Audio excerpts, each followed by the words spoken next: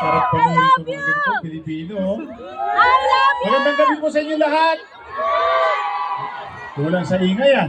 Ayan, mas lakasan pa po natin. Sige, batiin Kung natin. sino masisigaw, bibigyan natin ng jersey at jacket mamaya.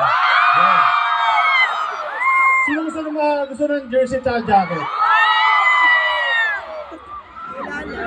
Sasampulan yung dala ko eh. Sasampulan yung dala ko. Napakaraming Pilipino ang nag-aabang sa'yo, Mark. Pero meron kami mga konting tanong na inihanda para sa'yo, para sa ating mga Filipino fans na nandito ngayon. Siyempre, ikaw yung isa sa kinikilala natin na bilang Pinoy sa... Ikaw ay binansagang Pinoy sa Coragi at isa sa top 40 greatest players ng Philippine Basketball Association. Ngayon, ang aming tanong para sa inyo, ano ba yung pinaka-memorable na laro na nalaro mo sa buong karera mo? For me, yun, tinalo namin yung Korea dati yung 2013 kasi 40 years natin na hindi natatalo yung Korea and home court pa natin yun at nakapasok tayo sa World Cup.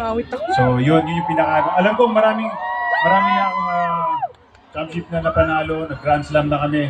Pero for me, yung Gilas talaga yung nanalo kami against Korea dahil ang dami talagang Pilipino mga sumuporta sa amin. Umulan man, bumagyo, nandun talaga sila. Right, that's the Filipino support. Alam ko, excited kayo lahat kay Mark Pingris.